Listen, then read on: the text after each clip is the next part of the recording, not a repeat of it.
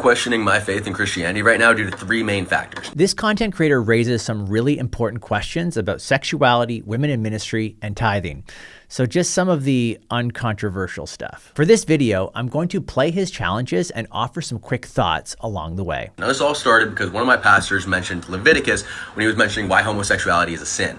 Now Leviticus also mentions that it's an abomination to eat shellfish, to wear mixed clothing, and to work at all on the Sabbath. All Christians I know do these three things without a second thought. Next is a selective teaching. Is this just selective teaching? The short answer is no. This objection hinges on a confusion between the Old Testament rules and the New Testament rules. The Old Covenant contains the Mosaic Law, laws given by God through Moses to the chosen people of Israel. This is part of the Old Covenant. But Christians live under the New Covenant established by Jesus through his death and resurrection. Under the New Covenant, some laws continue because of their moral nature and some don't. For example, while eating pork is prohibited in Leviticus 11, it's permitted under the New Covenant. See Mark 7 and Acts chapter 10. Meanwhile, the law against murder appears in both the Old and New Covenants because it reflects a moral command rooted in God's nature. In a similar way, homosexual sex is also prohibited in both covenants. So pointing out that Christians don't follow some temporary Mosaic laws doesn't show inconsistency.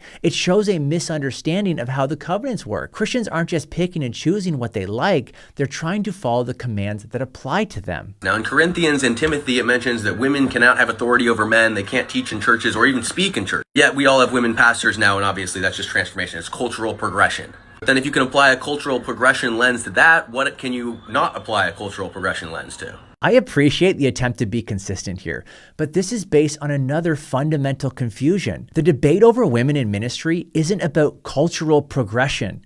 It's about biblical interpretation. The egalitarians that I know aren't saying modern culture doesn't like these verses anymore, so let's just ignore them. Instead, faithful Christians on both sides of this debate are asking, what does the Apostle Paul mean by these verses? Is he referring to all women at all times or addressing a specific local situation? So this isn't merely about keeping up with culture, it's about reading Paul in context. Now a big one is tithing. Now tithing is only mentioned in the Old Testament, not in the New Testament at all. Now 90% of Old Testament laws are ridiculous and completely disregarded by churches. They seem to harp on this extremely hard, that this is still applicable, because it pays them, which seems way too good to be true. As I said before, Christians aren't under the Old Covenant anymore, and that includes its legal obligation to tithe, give a tenth of your income. Having said that, just because there's no New Covenant command to tithe doesn't mean Christians aren't commanded to give generously. On the contrary, Paul says each one must give as he has decided in his heart,